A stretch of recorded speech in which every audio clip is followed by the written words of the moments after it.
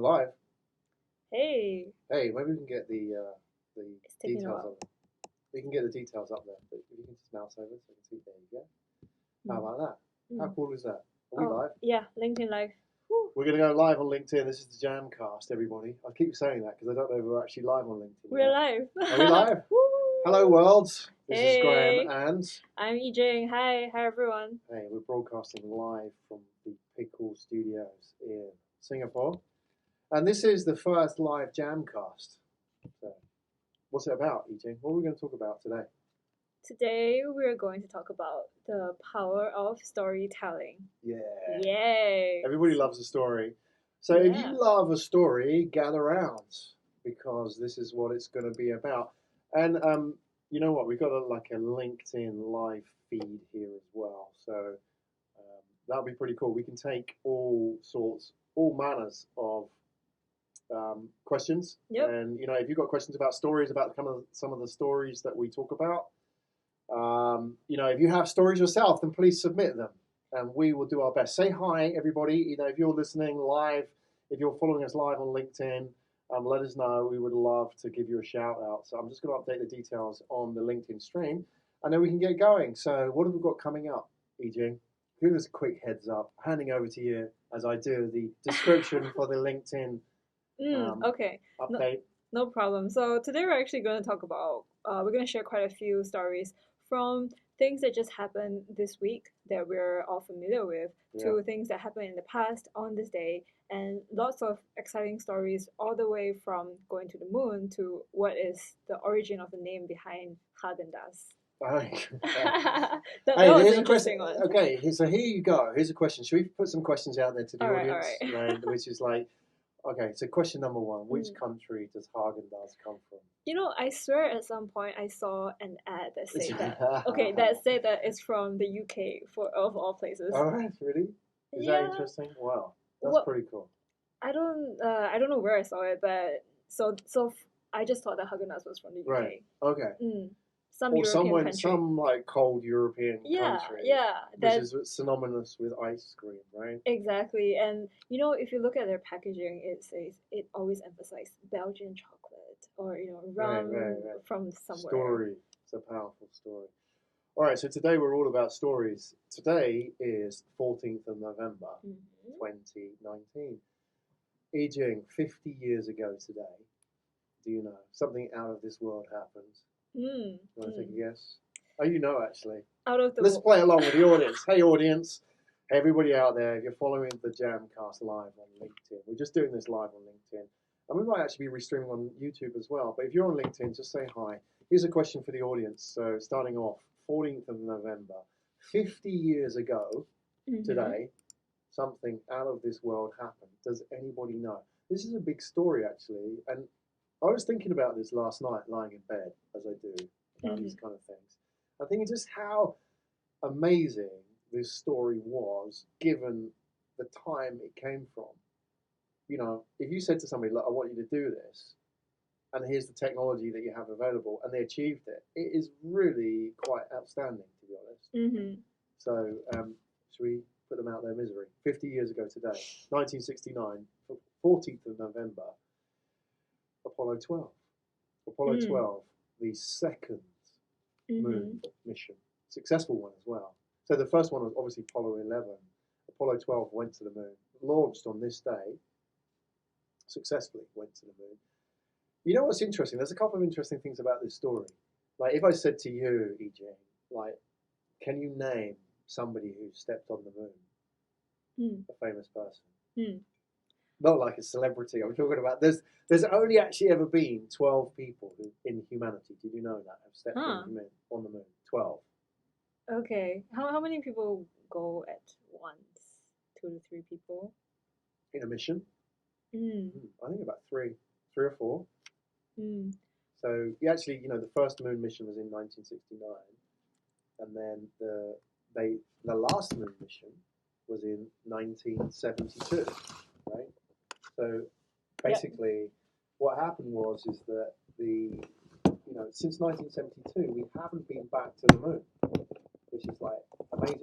Now, what I want to say is that what is really amazing about this story is a couple of things. Firstly, Apollo 12 mission, nobody actually remembers any of the astronauts from Apollo 12, unfortunately.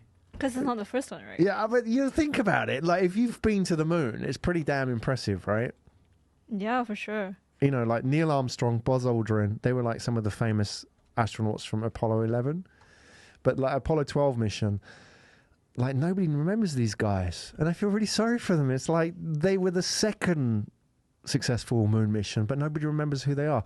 So I guess, you know, it's about the story in the sense that, you know, your story is more important than the achievements, right? And a lot of people think the achievements themselves are kind of like a big deal. If you went to the moon, you're one of 12 people who ever went to the moon.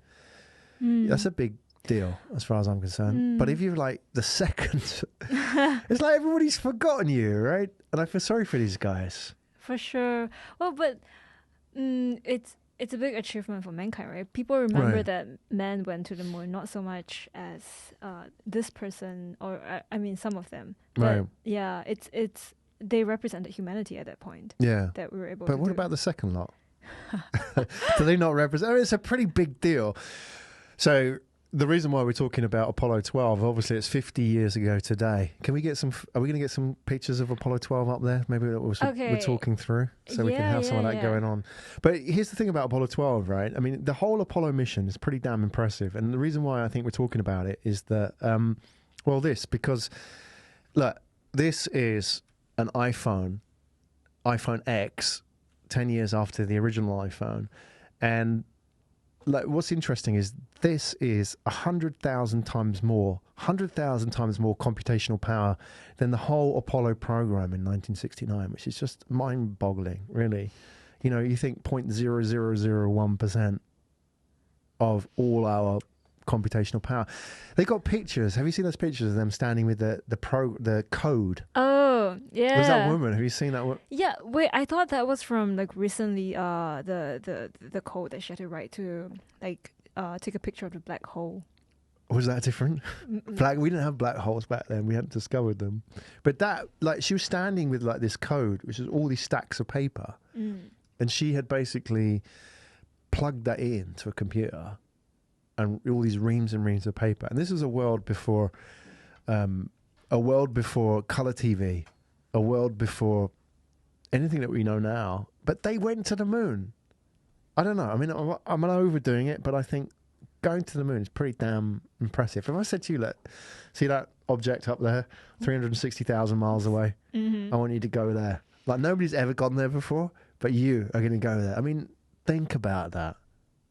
Yeah. Well, the thing is, you were saying the second batch of people, we don't hear much about their story. But actually, from our research, there's a really interesting story about the second batch, Apollo 12 astronauts who went to the moon. Yeah, because, you know, their stories deserve to be shared as well. So let's give them some limelight here. Oh, yeah, for sure, for sure. These guys, you know, if you think about it, they went to the moon, 1 in 12. No sort of like, it's no sort of walk in the park, is it? Oh yeah, should we do that later? What's that? The telling the story of, or we just go straight into Going to the moon? Going to the moon? Yeah. Well, okay. Let's talk about stories first. Okay, the power of story, right? So I think one of the reasons we're doing a podcast about storytelling, and one of the reasons we're broadcasting live here on LinkedIn is...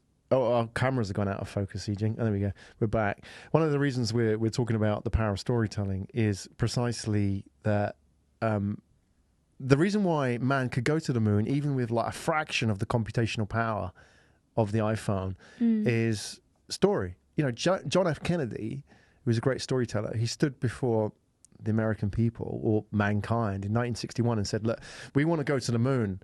You know, by the end of this decade, we want to get a man on the moon and bring him home safely. And in 1969, bearing in mind this was 1961, in 1969, they landed twice.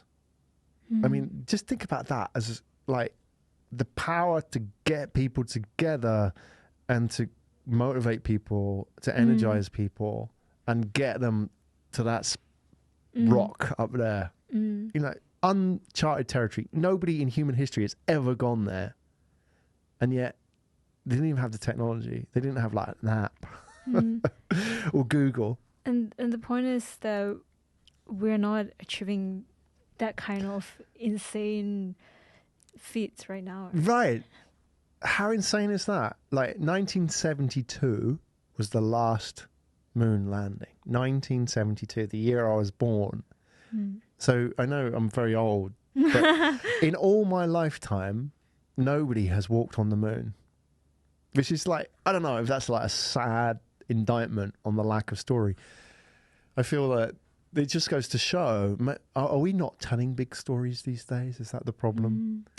What's going on? Well, actually, if you're just thinking about telling stories and how narrative can shape what we imagine about the future, just this week, so this week, 11/11. Yeah. Like, what was that, right? That's a huge story in itself, because that day didn't used to mean anything. Did you shop on 11/11? Okay, the thing is, I put a lot of things into my shopping cart, but I didn't actually, I didn't actually check them out because I couldn't figure out a way to ship them to Singapore. Oh, okay. So 11/11, because there's 11/11 in Singapore Lazada as well, right? Now it has spread to all over the world. Right. It started in China, but it has spread all over the world. Yeah. But no, I decided to be more rational. Yeah. You know, so Alibaba 11/11. What's the story behind that? Because it's massive. What have we got numbers from this year? Like 38 billion USD, I think, just on the day itself. Yeah. And even in the first hour, the total amount spent surpassed all 24 hours of Cyber Monday on all sides of United States combined. Right. What is going on? I mean, I've never been in China during 11/11. It's a big deal, I believe. Like, people hype up to it. But yeah, the thing is that it started in 2009, but before that, 11/11 was Singles Day, because one's always you're alone. Oh, is that why? Yeah, lots of ones, lots of people being alone, and even then that wasn't. It's like a foursome. But even then, that was quite recent in recent history. I read that it started from a university, that they started this tradition that, because obviously if you're in university, that's one of the things that people do, right, to court for partners. And if you're alone, then you kind of want to celebrate being single, but also kind of sad that you're single. So people used to go out drinking or karaoke and spend time with their friends. But so that was a lot of, I guess, negative energy. You have to go and drink. You have to go and party to like, because you don't forget have a partner. Yourself. Exactly. So forever alone. Exactly. What Alibaba did was to channel all that negative energy into something positive, not necessarily positive, but into an action, which is by consumption, you get to, now this day is special for you. They put a label on these people, like you are the single people and you're special and this day is for you. Therefore, go and buy things and make yourself happy. Yeah. And that's how consumerist is that? Yeah. Like you're one purchase away from happiness. Well, but to be fair, I think money can buy some sort of happiness. Yeah. It gets you out of your misery, at least temporarily. Yeah, exactly. Right?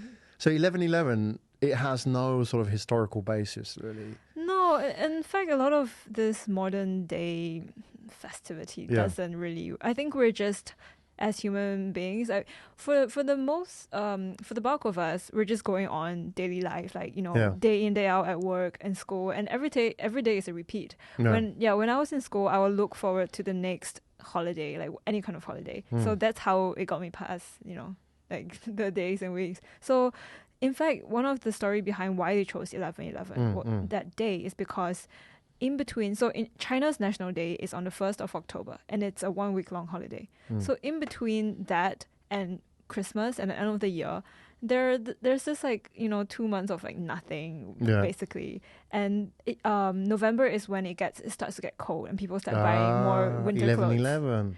Yeah, so they had to choose a day that was easy to remember and inject this whole narrative into it. So people remembered it, they believed it, and they acted on it. Wow, there you go.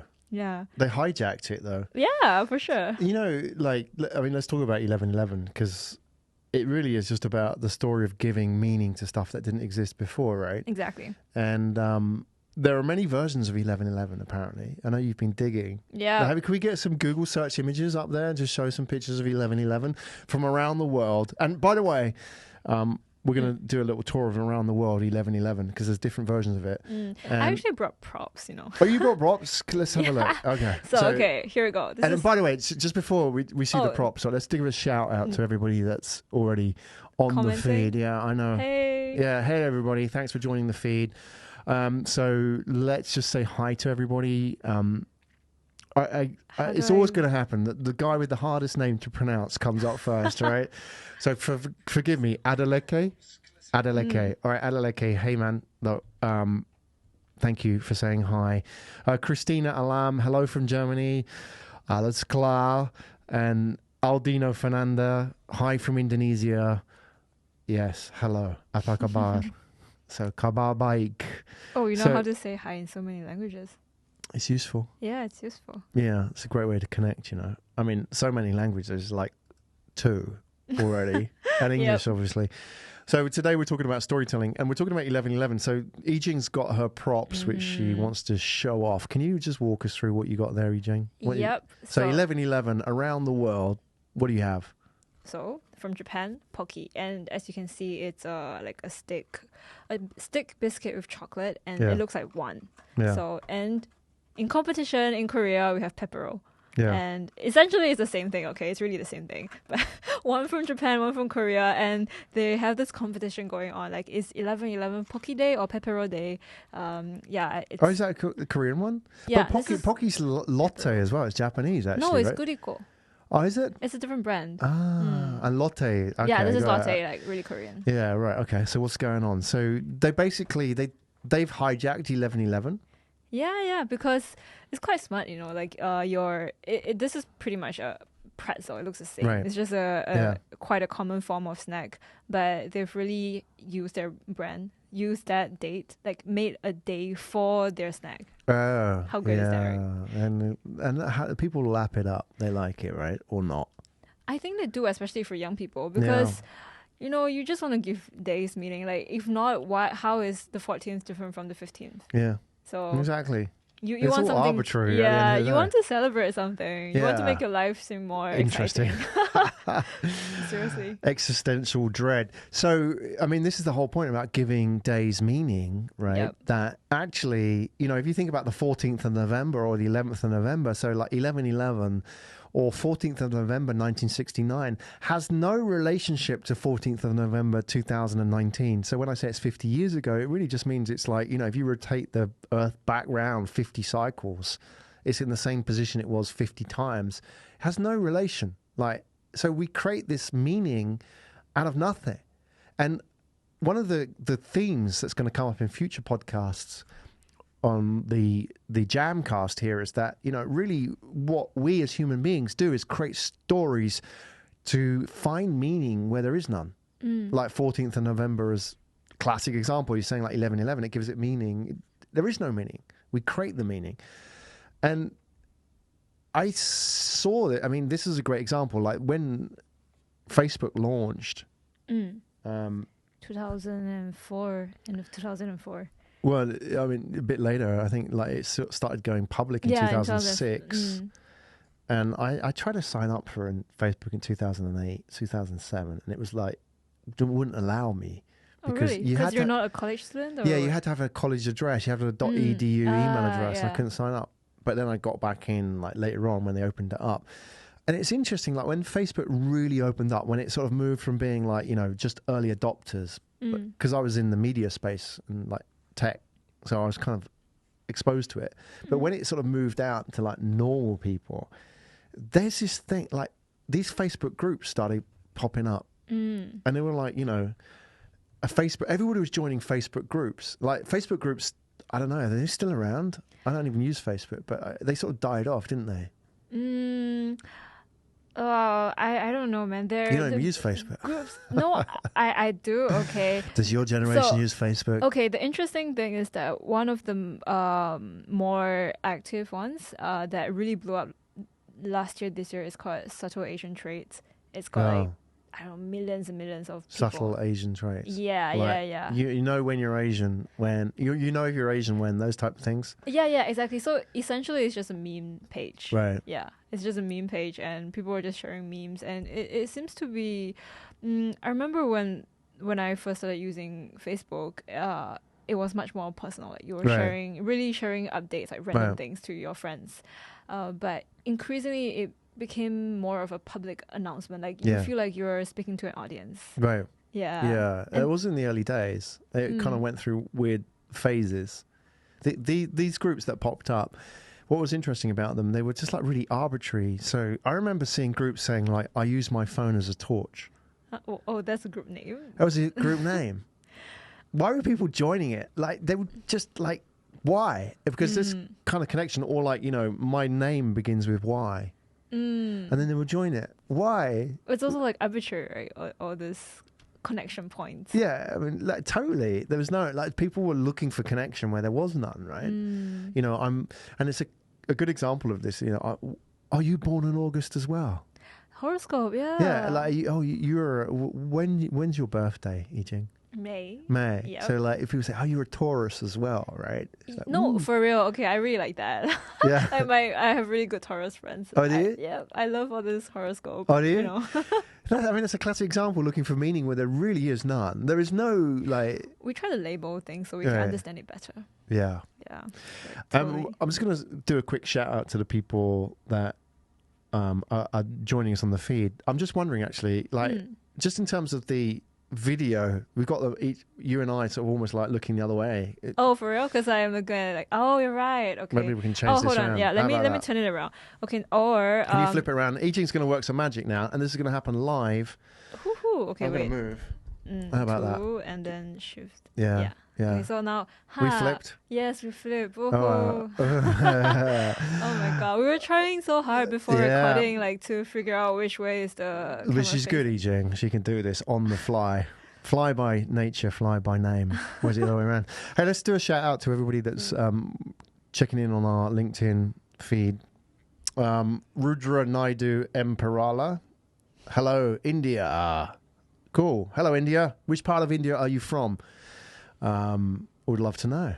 I've spent a number of months. I've spent a lot of time in India. In all parts of India, actually, probably more than most Indians. So I would like to know what part of India you are from. I actually, talking about stories, and this is, you know, when you connect with people first time, often you ask, like, where are you from? So I used to have an office in Kerala in the south, and I used to have an office right in the northeast of India in Calcutta, or Kolkata as it is now. And so it's like the northeast point and the southwest point of India. And actually, the office in southwest India is, like, favourite part of the world. Like Kerala, it's beautiful, great food, idli, sambar, all that sort of stuff going on, dosas. So, yeah, need an excuse to go back. So, hello, India. Gani Kunto, hello, Gani. That's a name I haven't spoken to for many, many years, and I've worked very closely with you for a number of years on the moon landing. So he has a theory. Oh, it's cool. Yes. On the moon landing, and I know Gani likes stories because I've shared many a story with him as well. So on moon landing, maybe today the exploration story is monopolized by corporations, Musk going to Mars and SpaceX programs and Google. There's no motivation to get everyone, i.e. taxpayers, involved in the storytelling. Right on. What do you think? Do we agree with Gani? Yes, and you know all this talk about that governments don't rule the world, corporations rule the world. Yeah. So isn't that? Because at that time it was a more nationalistic, you know, agenda, I mean, they're right? competing against the Russians, right, exactly. at the time. But now it's, the reason that it has shifted is that now all the energy is like, which company are you rooting for? Like, are you using Samsung or Apple? Like, if, you know. You're representing your country. Essentially, you know, like Koreans, when they're in America, they always use, not always, but a lot of Koreans will support their Samsung. Yep. Yeah. And Hyundai cars and everything. Well, I mean, going back to the man on the moon, humankind, we should say now, going to the moon, mankind. Do you think we'd go to Mars? Like, Does it need a big story? Because the thing is, like, Musk is talking about going to Mars, but he's not talking about it he's no JFK. He's not standing there and saying, like, giving the people this sort of, this goosebumps saying, like, we're going to go to the moon. It's just like Elon Musk is saying, yeah, let's go to Mars because it's a good idea. It's not like, he's an amazing guy, but he doesn't have that charisma or that storytelling capability. I'm not knocking him because he's done some amazing things in his life. But I wonder if he could garner people's interest if he could get that bit right. I don't know, man.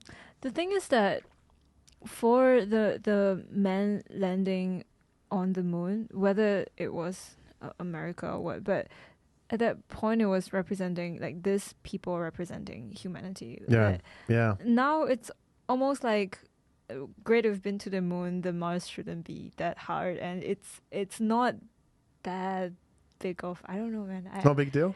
I think it is. It's not a big deal. You're tough. you millennials. No. I mean, if you want to migrate to the moon, maybe it's tougher. Like, right. Yeah. Sorry, not the moon, the Mars. Mars. Like, just landing on Mars. We've never been. Yeah, that's true. Is there any point? No. Okay. How about this? I think it is only it's only a big deal if you make it to be a big deal. Like, it depends on how you. That's put power it. of story, Yijing. Yeah, you make it a big deal. It's like 11/11. Yeah, it depends on how you say it, right? That right. If let's say, the whole narrative is that we desperately need to find this alternative solution, and world. this is the future for us. The future for humankind is on Mars. Therefore, we're doing this, and it's like, whoa, yeah.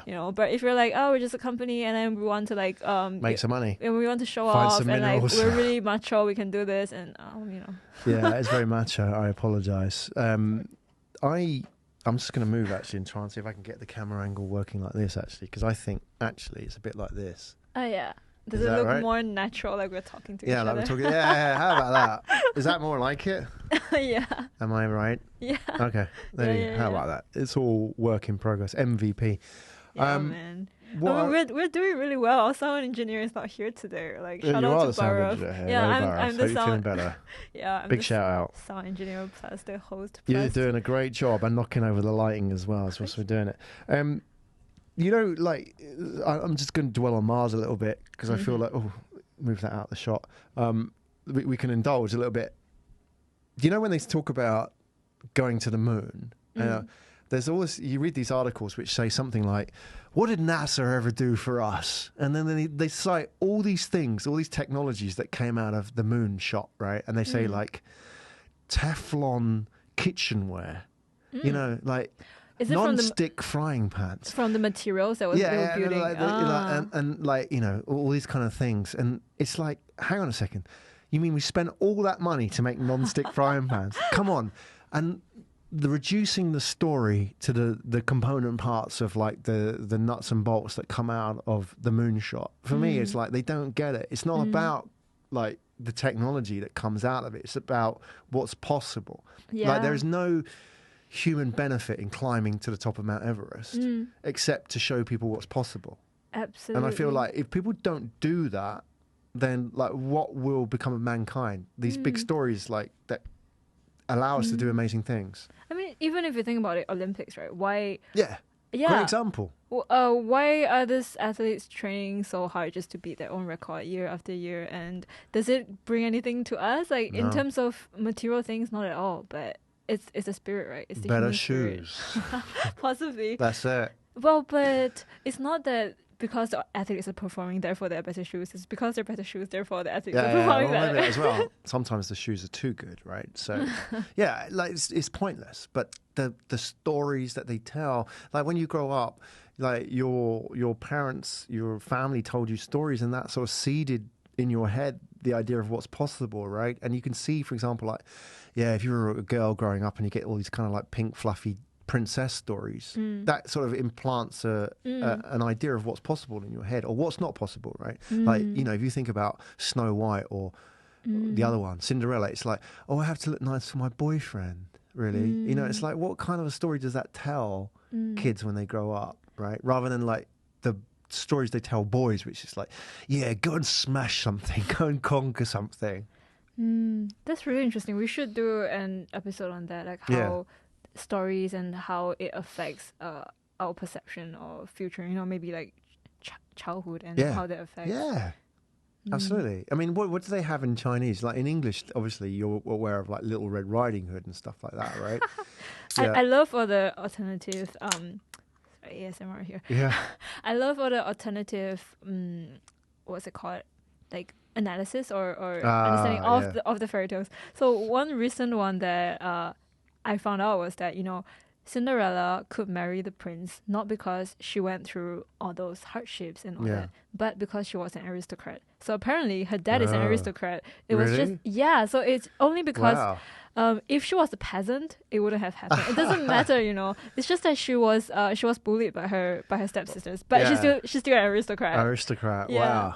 And there you go. I'm like, reinforcing the narrative, right? Yeah, but that's kind of sad, right? That's not a story you want to tell people. Yeah, no, exactly. But that is a story people tell, right? And it's often those stories that are told many, many times that are quite powerful because we don't challenge them, we don't think about them, and we tell them to kids. So, can you imagine if you were let's say you were born in 1962, so you were 7 years old and you saw mankind landing on the moon. I mean, think about what that would have done for you as a kid in terms of that's like what we do as human beings. That's just like, I'm going to go and do something amazing now. And then you look around today, and it's like, what are people doing? It's like somebody's taking a selfie and falling off a cliff. But isn't that why young people today want to be YouTube stars instead of, because I read that in the past, pilots were the hot things, That's why people wanted to be pilots, because they wanted to be... Are these not hot things? Oh, you mean like airline pilots rather than fighter pilots, not Top Gun? Yeah, I mean the airline pilot, it was like the handsome, like the it man. And now if you're... So they were the YouTube celebrities of their era. So people looked up to that. And now it's... Nothing intrinsically has changed. We still want to aspire to be someone that's admired. It's just that the profession itself changes over time. Yeah. Got it. Yeah. The story changes. All right, we're going to change gears a little bit now. Talking about... So one of the things about storytelling is about objects. And a day is an object in a way, right? The sense that it's arbitrary. But also, everything that we apply, in life, we tell stories about stuff and give them value, right? A cup of coffee. These guys, obviously, we'll talk about these guys in a bit as well. But everything we create. So a great example of this, and before we sort of jump into the examples, I'm conscious of the fact in the stream I'm a lot bigger than you, Ijin. I seem to be. Do I need to move your camera just like a little bit forward? Oh, I can move away, actually. Yeah, you can move away. Yeah. I don't want my face to be so big. Okay. No, it's not an issue. I'm kidding. Yep. All right. Are we more fair and yeah? Yeah, I don't want anybody complaining about that. Okay, right. The posturing. Yeah, the man. Okay, right. So, Marie Antoinette. Yep, that also happened today. Yeah. Did you want to talk about that? Marie Antoinette's pearls. Have we got any images of that? So there's actually an auction, right, of Marie Antoinette's pearls. So Marie Antoinette is obviously, she was like the wife of King Louis XIV. She was the famous for the let them eat cake. She was famous for a lot of things. Yeah. Apparently she had like this village built on the Palace of Versailles or whatever, which is like a peasant village where she could just go and like just hang out. Peasants? I don't know. But it's something like that where she could just go and hang out and just kind of be herself. And she built this whole thing. So, Marie Antoinette is famous for just like excess. Yeah, and opulence, which got her head rolling. She was the one that started all. Because of her, they chopped all their heads off, right? So Marie Antoinette, obviously, let them eat cake. I think actually she didn't say that, but she said something like, let them eat brioche. Really? It wasn't cake? Because cake wasn't a thing at that time? Brioche. That buttery bread from Normandy. So she, her pearls sold 36 last year on this day. That's not too long ago.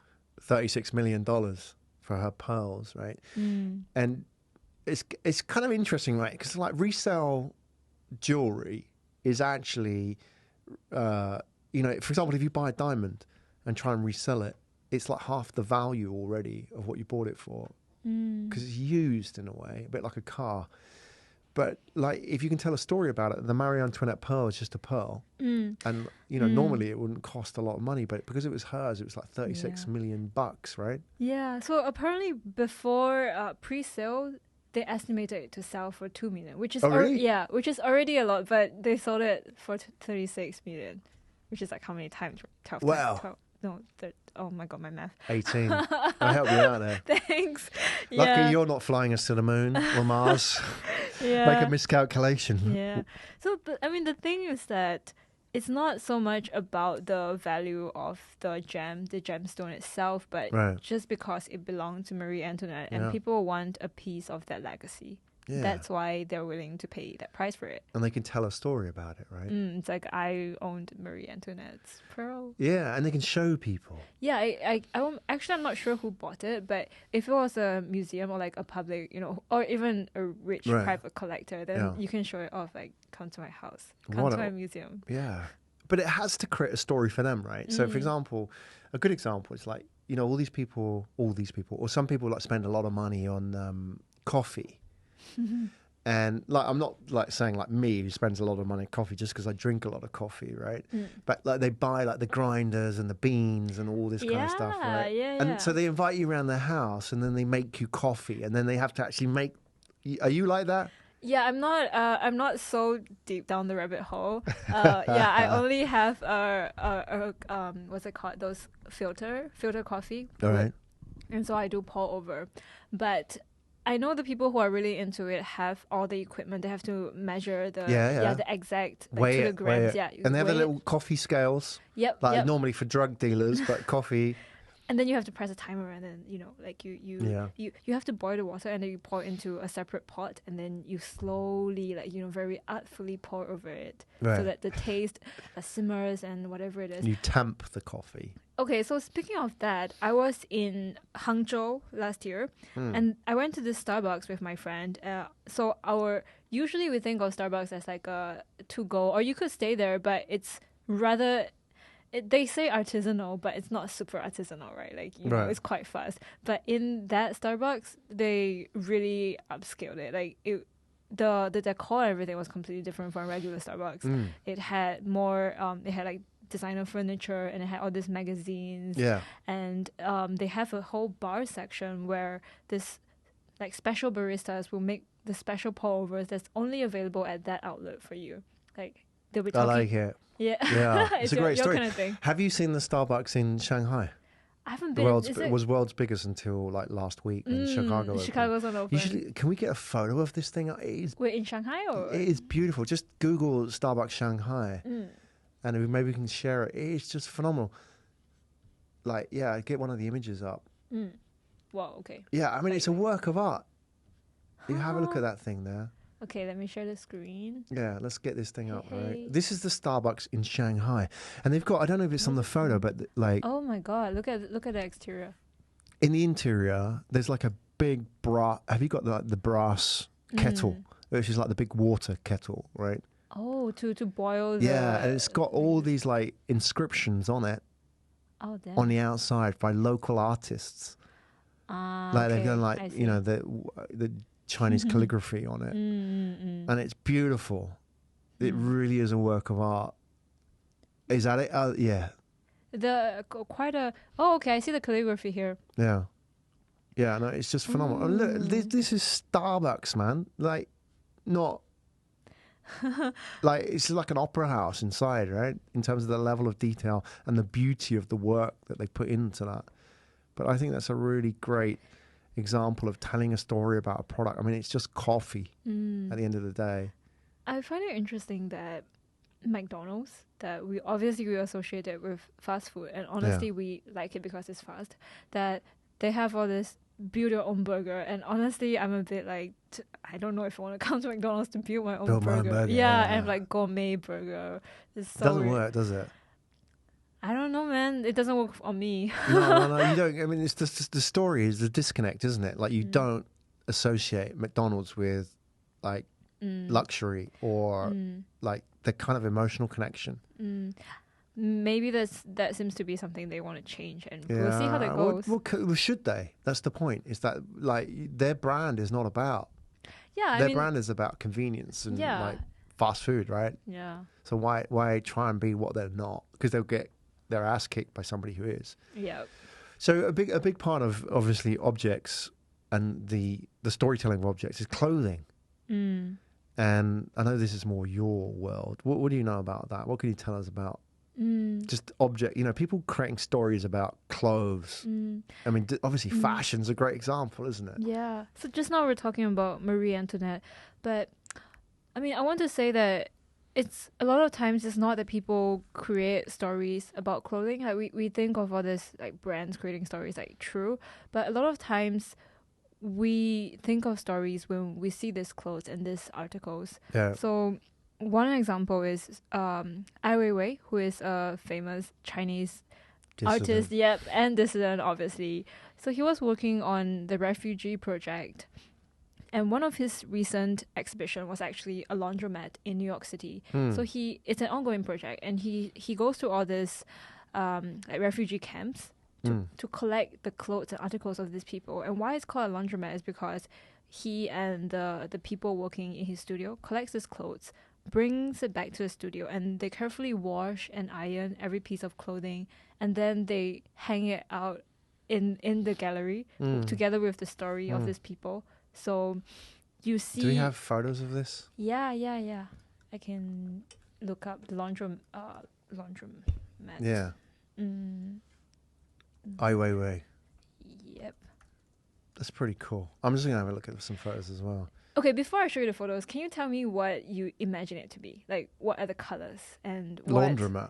Laundromat, yeah. Don't Google yet. No, what do you... what do you think? Of refugee clothes. Yeah, or... Just like dull, drab clothes, right? Like grey and washed out blue. If it was you, how would you display it? Refugee clothes? Yeah. I would display it as, like strewn around, like ripped, maybe on a pile of rubble, or maybe like, I'd have like a half washed up boat with like maybe a kid's trainer just hanging on. Just recreating the scene. It's a bit morbid, yeah. That's how I do it, like because it's the obvious. I think, like, put me in my place. I'm sure he didn't do it like the obvious. Yes. So the way he did it is really different, but I think it could almost be controversial. Let's show it to you guys.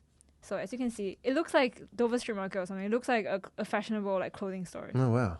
Like it looks like a cargo tank, and then on the walls pasted all the photographs of the clothing and the people, and then all these clothes are like ironed and put on racks, put on hangers and on racks, and just displayed as if you were shopping for clothes. And if you can see on the floor, it's the stories of all the refugees, and you're like stepping on them, stepping on their stories and looking at their clothes. And yeah, like you said, you would think that they're really dirty and that was the original state of the clothing. And then he and the people in his studio washed the clothing. That's why they call it laundromat, because that's what they were doing, and displayed it in a way that made it look new. The thing is that with this intervention, it doesn't show like the struggles that the refugees went through. Yeah. But is that deliberate? Yeah, perhaps. But I think what it does show, in a sense, that if you can imagine yourself going into a shop shopping for clothing, and you see that some people who are really against immigrants, they're wearing the same clothes as you, like that you could be them. Connect. Exactly. Yeah, that's interesting. Like how it sort of, you've seen that sort of societal change happen when people tell stories about those people who don't have a voice, right? Yeah. Like immigrants, for example, in one case. Yeah. A good example of that is like slavery. That only when, if you look back, only when certain people started telling stories about slaves, black slaves, that people started empathizing with them. Until that point, they were just slaves. They were just like another. And it's kind of similar to this. It's like maybe people don't empathize with them, but when you see actually they have the same clothes as you, then you actually say, oh, well, you must feel like me as well. Yeah, and that's the power of clothing and articles. And even in most natural history museums, Right. or even Holocaust museum, any museum of suffering, they will show the clothes and articles of the people because you have an emotional connection, because you can like imagine the story of the person who wore the clothes. I'll tell you something quite freaky, and I'm getting a little bit of a chill talking about it. Well, are you sure? Okay. Yeah. No, I just remembered that you were talking about it. Years ago, I went to the island of Crete. This is really, if you ever get a chance to go to Crete, go. It's really beautiful. Where is that? It's in Greece. Okay. So it's the Greek island. It's the long one, right? And, what's interesting about Crete is it's the Cretans, preceded the Greeks. So there were like those sort of Aegean civilizations that were around before the Greeks and the Romans and all these. There was like the proto-civilizations, whatever they were. Anyway, so these Cretans, like, they had this city called, let me get this right, because it's been a while since I've been there, the city of Knossos, right? And I think it's the somebody's going to have to help me out, but I'm going to tell this in a very hacked way. So basically, the Minoans, right? The Minoans were like this old civilization that preceded the Greeks and the Cretans, right? And they lived on Knossos. And they were very advanced as a civilization, well before the Greeks and the Romans. They had like plumbing. They had like running water, like 2000 BC. They had running water and like proper architecture and everything, right? And you could actually go to this World Heritage Site where you can see how the Minoans lived, and it's just like, it's an architectural site, but you can walk around and you can imagine like where this was a school, right? And you can see seats for kids like 2,000 years ago, and you're walking around and you think, well, I was going to a museum, but I'm feeling it now. And then the really freaky bit that I remember, and I still think about it now, was there was the Queen's room, the Queen of the Minoans, right? And by the way, the Minoans were famous for the Minotaur. The Minotaur with the horns, the Greek myth of the horned half bull, half man. And Theseus, he goes into the maze. I think it's Theseus. He goes into the maze to fight and kill the Minotaur, and everybody that ever went into the maze is killed by the Minotaur. But somebody, I can't remember who, some woman, gave him like a ball of string. And he went into the maze with a ball of string, killed the Minotaur and got out again. Oh, so because people before couldn't get out. Yeah, so the ball of string, he got in and got out. Right? So I don't know how true that is. Anyway, I don't even know if a Minotaur's true. So he goes in and kills the Minotaur. So that's the Minoans. They were famous for that. And all you see all around the temples of Knossos and stuff, you see all these kind of like, like horned, artifacts. But anyway, you get to the Queen's room. And one thing you notice, firstly, is that actually back then people were quite small.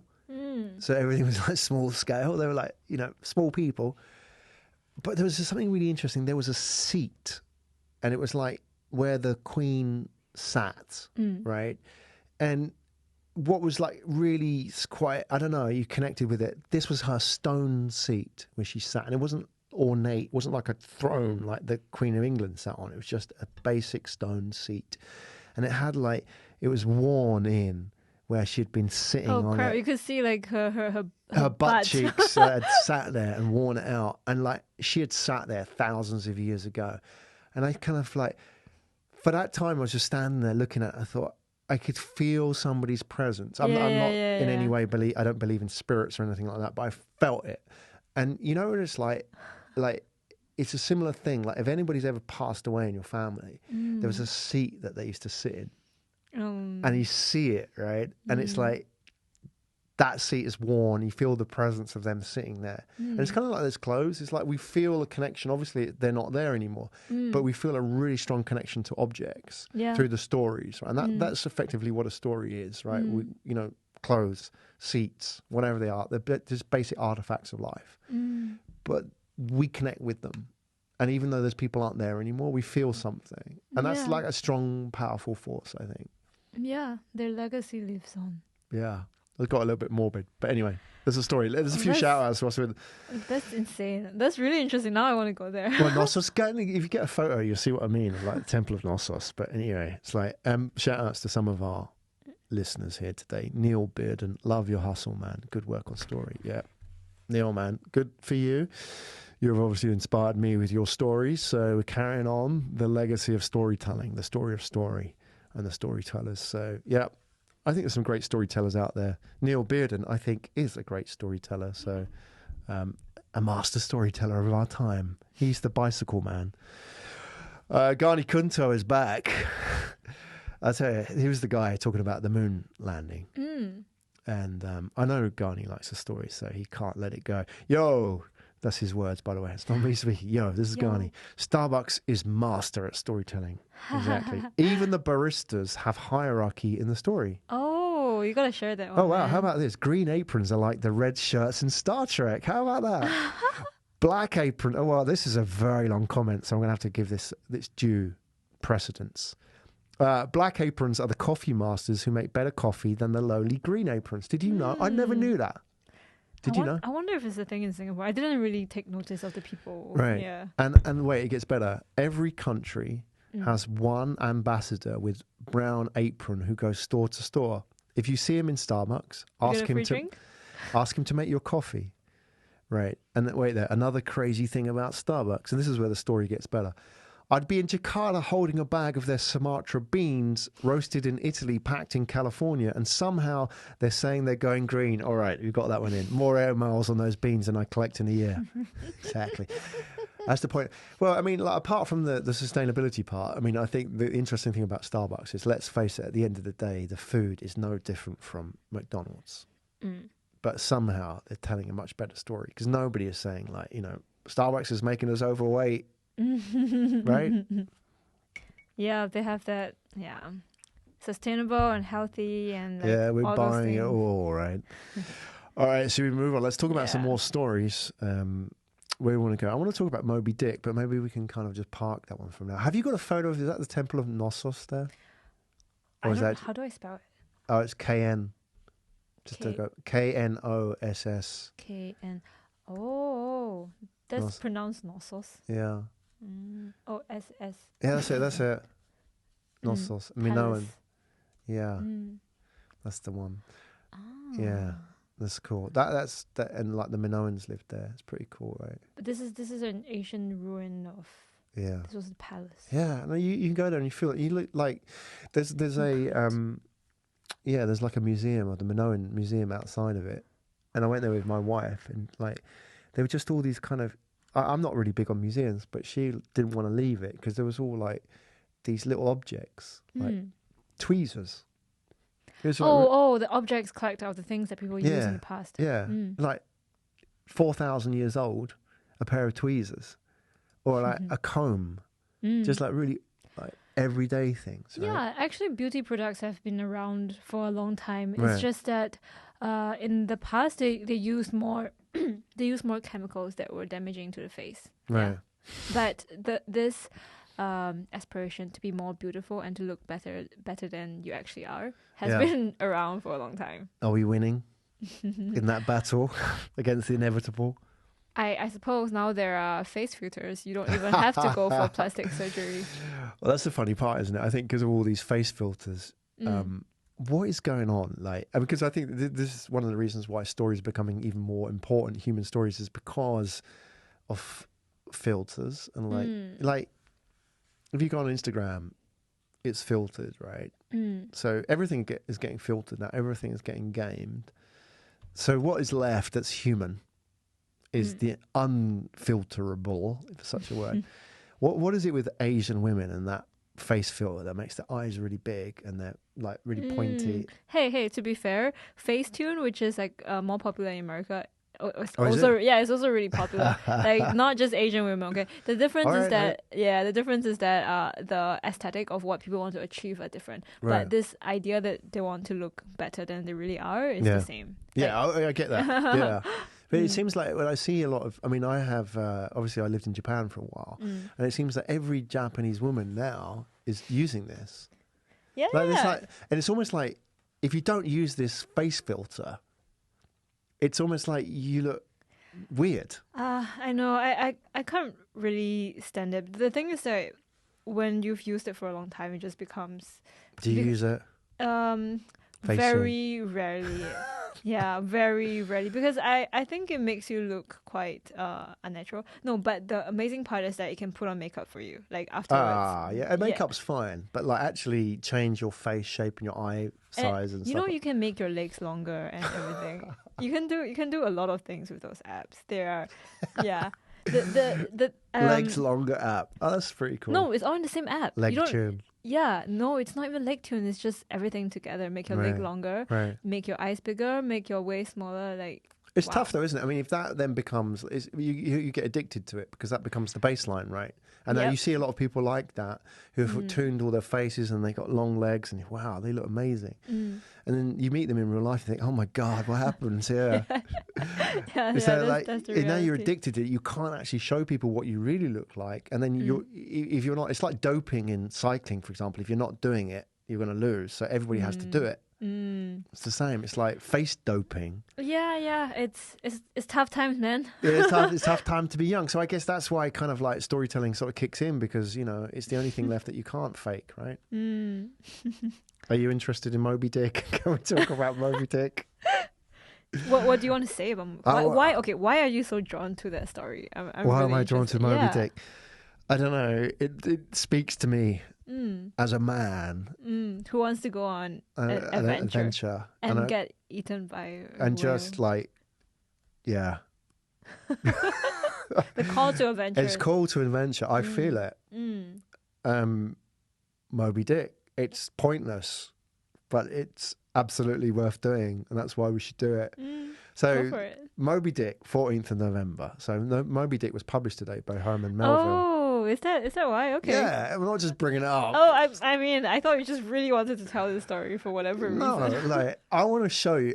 Can we show the video that we have on the Pikkal board for Moby Dick? Because this is an advert, right? Okay, 1 second. And before you launch it, right? Yeah, that one there. So before you launch it, basically Guinness, you know the drink, Guinness, like so they did an advert, and they used the narrative from Moby Dick, right? And this is it. I don't know if we can get the audio in it, right? That's a bit tough. We are not. Can we get it coming out on the computer screen? The camera, like us. Oh yeah, but you can get it come out into your microphone, right? Like that. Yeah, if it comes out of there, can we get it coming out of there? Oh, we need to like. No, but it will come out of the computer screen, right? You just turn it up on the computer. Oh. Oh, is it not coming out on YouTube? No. I think because we're recording, so it's taking the audio from the mixer. So it's not. We need to put another like this jack. We need to. Okay. You know what? I can do that. But really? It might be a bit crazy doing it live. You don't want to create like a feedback loop. Oh, will it? Ooh, you got to plug that in the right hole, Jing. Otherwise, you might blow everybody's ears out. Okay, wait. This is tough. Okay, what do you want to say about this? I don't know if it's worth risking everybody's ears. Okay, fine. Is there an audio out? There's an audio out. There you go. Yeah, make sure that's going into the audio out, right? Yeah. Okay. So Ejing's just jamming us as we speak, right? Go on, Ejing, you can do this. So basically, shall I tell the story to the backstory to this so that people can kind of understand what's going on with this? So basically, Guinness, the drink, they made this ad about Guinness and surfers, and what they used was the narrative to Moby Dick. They took the conversation of Ishmael, the main character in Moby Dick. Just make sure you don't blow my ears out when you plug that in, everybody. Cool. Okay, awesome. No, I turned it off. Did you? Yep. How's it working? Is it coming out now? Is it not just turned off on YouTube, right? Oh, I'll tell you what. I can play it on mine, and I can run it. Yeah. No, this is Oh wait, I'm playing on LinkedIn. Yeah. Then okay. Yeah. Okay. How about you play it? All right. How about we do this? So we'll have to time it together, right? We press go at exactly the same time. How about that? Ready? Because then otherwise, because you're going to get the images from Ejing's laptop, and you're going to get the sound from mine. So we have to be exactly in sync. Okay. Ready? 1, 2, and make sure that bloody advert from that Singaporean guy doesn't come out. No. Right, ready? Go. He waits. That's what he does. I'll tell you what. Tick followed tock, followed tick, followed tock, followed tick. Ahab says I don't care who you are. Here's to your dream. The old sailors returned to the bar. Here's to you, Ahab. And the fat drummer hit the beat with all his heart.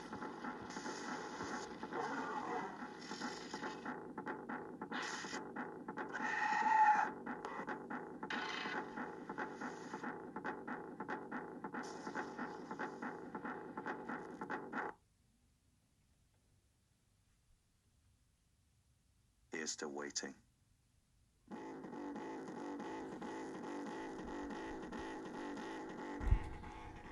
How about that? That is such a good ad, I believe.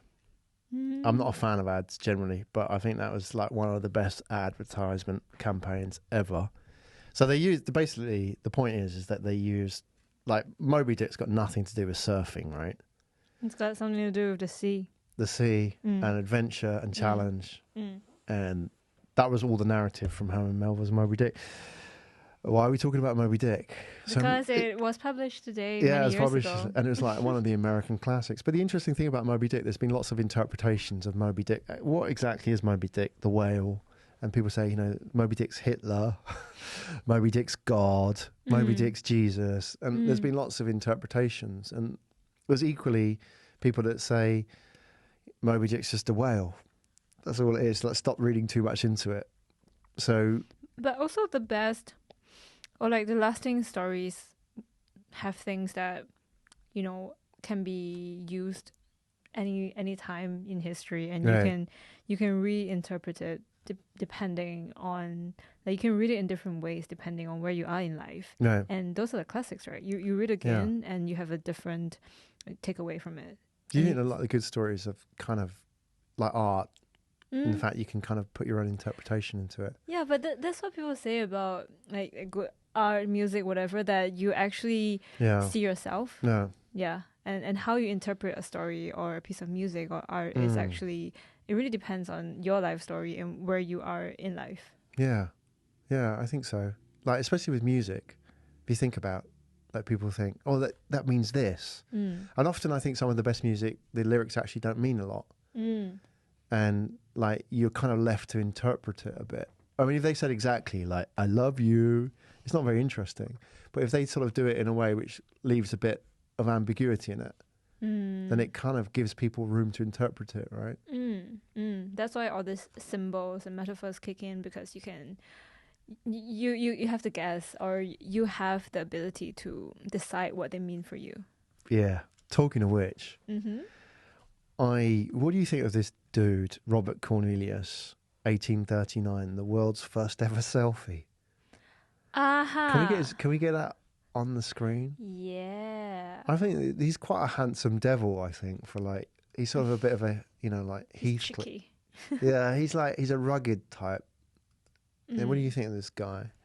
He's just like, so the backstory to this, because we're going to talk about selfies and the moon, right? That's another story. Moonshots again. 1839, the first ever selfie. I think it's the next story down on that one. Oh, you're going to talk, that's the one about the moon. Should we talk about that one first? Oh, the first selfie. Oh, yeah, not the first selfie on the moon. That never happens. Oh no, I gave it away. Okay, the first selfie. Yeah. The first selfie. Oh, the first selfie I love ever. it. Like this, it's like this dude. Let's get rid of that Guardian. This dude here. I love it. It's like, it's quite mysterious. And I showed my son this. What did he say? And my son's 13, and he was like, "Yeah." Like, what's the big deal?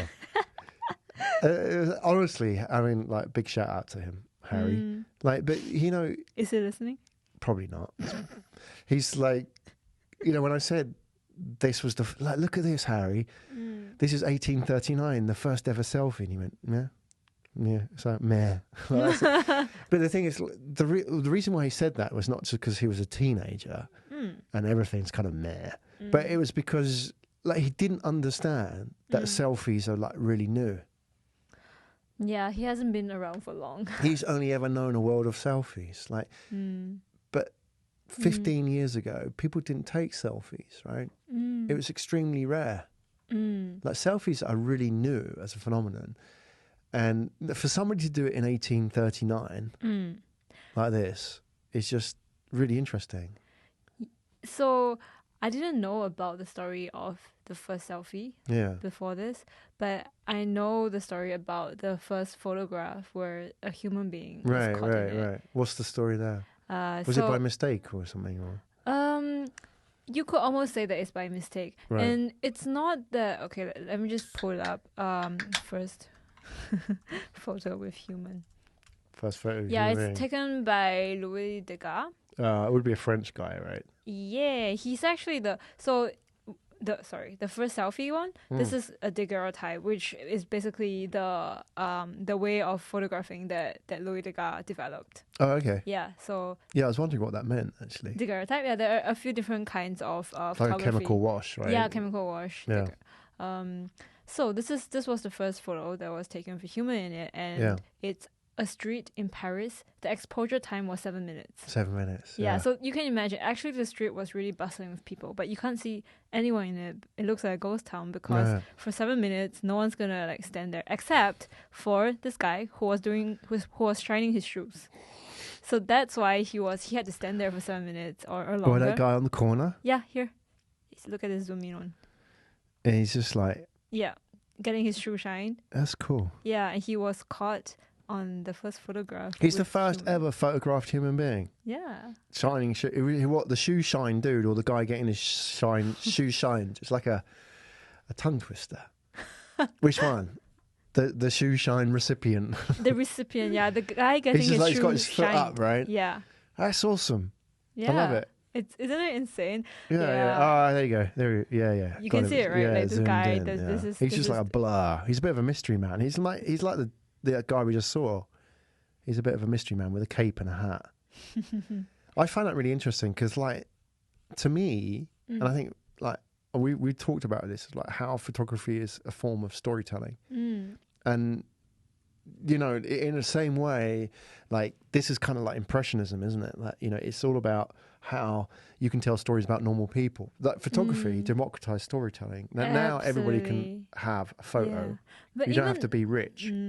But even then, in the beginning when photography came out, because it was so scarce that people only took photos when they thought that it was a special day or Sunday a special best. event. Yeah, they will wear the best clothes they have, and they were, you know, and also because in the beginning the exposure time was longer. That's why a lot of people weren't smiling because it was hard. Yeah, is that why? I think that and the fact that he just didn't do it. He didn't know. Didn't think it was good to smile. Yeah, like I've got. If you have a look at, it's on the Pikkal board there. If you can go down to the one, Eugene, that says old photos equals Sunday best, and just pop that one out, right, and have a look at that. The sort of the Google searches on that, and you've got some good examples here. Like even if you look at the top row, like how well people are dressed in old photographs, right? You know, everybody is dressed in what we called Sunday best, which is like your best clothes. You know, because it was an event to get photographed. You didn't get you dressed up like you were going to church to get photographed, right? People didn't dress like in normal clothes or just like their work clothes, right? Oh, I guess people didn't have that many nice clothes. Well, that as well, yeah. But they would have work clothes. These wouldn't be work clothes. These would be clothes that you went to church in, or you turned up for some special event. Yeah, the best clothes that you have. Exactly, it's the special part of it. Even if with photography, and as it got cheaper, like normal middle class people or like working class people could document their lives. But even that, it meant that only on special occasions. Yeah. And look at it now, like selfies. That's what it's about now. I mean, you know, the numbers are, I believe, human beings, because I don't think animals have done it. Oh, there is a selfie of a monkey, isn't there? Have you seen that? That he took it himself. Have you not seen that? No. That is very funny. Just whilst we're on it, monkey selfie. Yeah. Clearly. Is this a monkey? Yeah, isn't it real? It's real. Somebody got hold of a camera and took a monkey got hold of a camera and took it. All right, so I guess wow. Yeah, it's pretty cool. The point being about selfies is that we human beings take 1,200 billion photographs a year. Think about that. 1,200 on a smartphone only, or 1.2 trillion photos a year, and almost all of them are on these things, right? And it just goes to show, right? Like now, back then, like you had those stand-up photographs, those stand-up cameras, right? I remember, probably like you would never have known about this, but when you got photographs developed when I was a kid, you actually had to send them, post them to the pharmacist, and then they would post them back, and you got like them back 4 weeks later. So if you went on vacation, took photos, you get these like packets, and it was like a really big deal. You get this, oh yeah, my photos have arrived, and you would sit with your mates. I still do that. Yeah, well, like processed ones. Film photos. You still do that? I still do that. It's the anticipation is really nice. Yeah, it's like a big deal. You sit and because then it becomes like a story, right? You're sitting around talking about the story of like, oh, look at how that one came out, and all these memories come back. Right, a lot of them are like overexposed and poor exposed, and they got stickers on them saying it's crap. And just even having family albums, right, and all these things. Yeah, it's a big deal. Yeah, it is.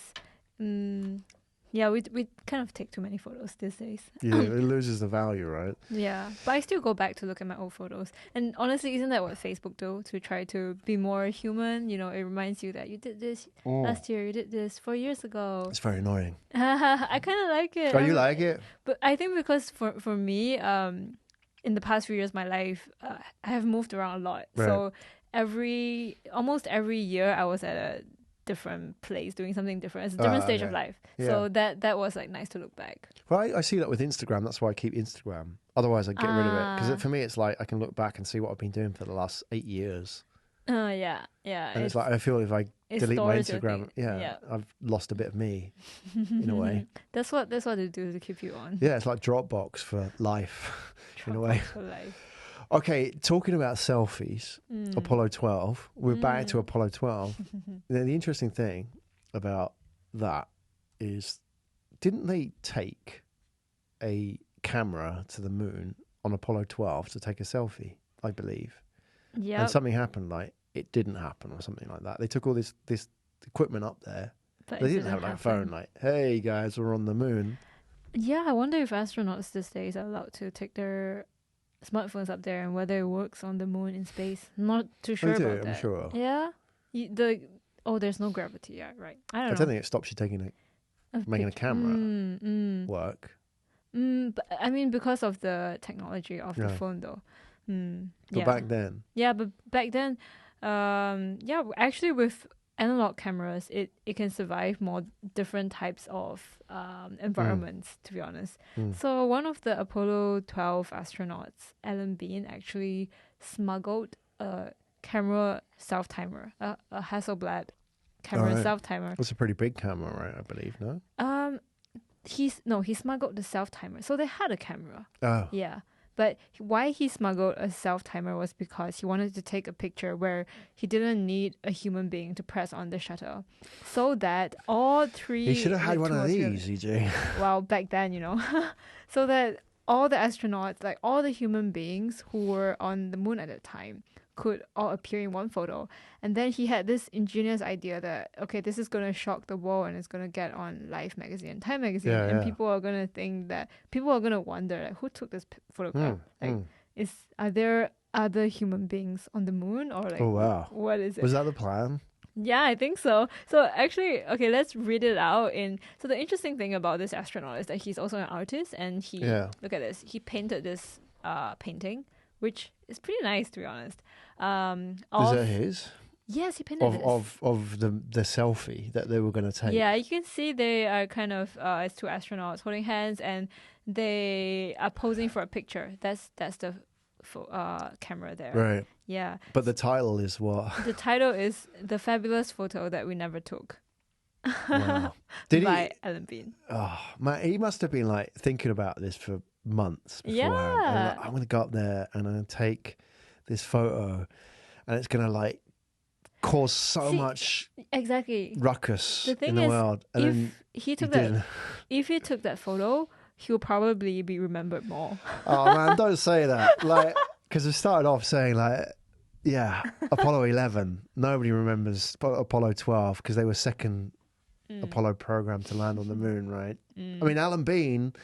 Nobody's heard of this guy. I'm sorry, Mr. Alan Bean. I know you've achieved what only 12 human beings have ever done in human history, which is walk on the moon. But Neil Armstrong, Buzz Aldrin. Okay, those names I've heard, Alan Bean. I don't want to knock him, but like he didn't take that photo. Why didn't he take it? What happened? Because he would have been a legend, a legacy. Like he would have been synonymous with like selfies. He would have been the first. Like he didn't just take a selfie; he took a selfie on the moon, but he didn't. Yeah, man. So what did he just forget to take it, or didn't work, or something? It didn't work. Let me read you this like very short and sad story of why. Oh no, I'm gonna happen. get depressed. Don't get depressed. We need an uplifting story after this one, right? Yeah, okay, we do. On. Okay. Let me tell the story of Alan Alan Bean, Bean. the story of the fabulous photo we never took, which you get a painting. Well, at least he made a painting, He made something about it. Yeah, but he's never lived it down. He's not like exorcised the ghost of that selfie. He's going to be like waking up in the night at 3 a.m. Oh. I feel sorry for Alan Bean. Like we should be talking about his amazing achievements, but we're talking about the fact he didn't take a selfie, which is like we're taking billions of these things every single day. All right, sorry, Jean, go on. Okay, so let me read in Alan Bean's own words. Okay. Pete Conrad is on the right and I am on the left as we stand in front of Surveyor number 3, celebrating the pinpoint landing, which was our primary objective. During training, we thought it would be wonderful if we could find a way to take a photo of us together on the moon. So we found a self-timer for the Hasselblad. We practiced taking this picture during our simulation on Earth a number of times, and it worked just great. We carried the self-timer in the tool carrier sample bag with the rocks. We mounted the Hasselblad camera on the tool carrier that you see in the lower left-hand corner of the painting. On the moon, it turned out a little differently. When we got to the Surveyor, I looked into the bag to find the little chrome self-timer, but the dust on the moon was so tenacious, and the shadows in the bag were so dark that I couldn't see the timer. I felt around in the bag, but I couldn't feel it through my gloves. I got down on my hands and knees and began taking out the rock samples we had collected, but I was afraid to take too many out, as I might lose one. Pete helped for a couple of minutes, but we could not find the timer, so we put all the rocks back in the bag. There would be no photo of the two of us together on the moon. Later, when Pete turned the rock sample bag upside down to pour its contents into the rock box for storage, the self-timer was sitting right on the top. Oh, it's under the rocks. But we were out of time. No. It was a great idea. It would have been a fabulous photo. Yeah, it didn't happen though. Probably the covers of Life, of Time, of Newsweek. Yeah. Maybe. Let's shed a just tear. Maybe, just a maybe. Yeah. Maybe is the best word to end that story on. Well, let's put it into perspective. This guy is amazing. He's been to the moon. Yep. And he's an artist. And he had a great idea, but it just didn't come off. What can we say? I don't know. I want to see the positive in it. Mm-hmm. Well, I mean, he made a painting about it. So, at least he tried to do something. Yeah. It's not quite like being the fifth Beatle, is it? Like the one that never... Is that Ringo Starr? No, he's actually a Beatle. Oh, the fifth... Oh. There was a guy... Oh. See, the thing is, I don't even know his name. Who dropped out, never made it. Yeah, he got booted out. He wasn't good enough. But he could have been. Anyway, let's move on. Let's talk about positives. You want to talk a little bit about... Today is the birthday of Claude Monet. Yay! One for the artist. Yay! Well, happy birthday, Claude Monet. I mean, was he actually a good artist? I don't know. That's such a wow. A that's question. A very good. Good is quite subjective. I would say. Yeah. I mean, there are objective ways of looking at art, definitely. But he's. Can we get some of his art on the screen? Just okay, sure. Because for those who don't know. Yeah. Yep. The uninformed. They must know at least painting. one. It's probably one of those things that you have seen before, but you don't know who did it. Yeah. Because he was that. I mean, the movement that he represented was so influential, which is Impressionism. So let's take a look. Yep, Impressionism. Yeah. Bright colors, nature. The thing about Impressionism, right, is that what seems to be just like art today back then was scandalous. Yeah, I think people tend to forget that. Yeah. Because a lot of people go to museums and be like, look at Picasso and say, oh, my son can draw this. Or look at this and be like, yeah, I can do this. Give me a brush. Yeah. It's just a few splatters of paint and I just put them together and I can do this. But the point is that before this, art wasn't like that. It was, and the thing is that it's not like these painters couldn't paint.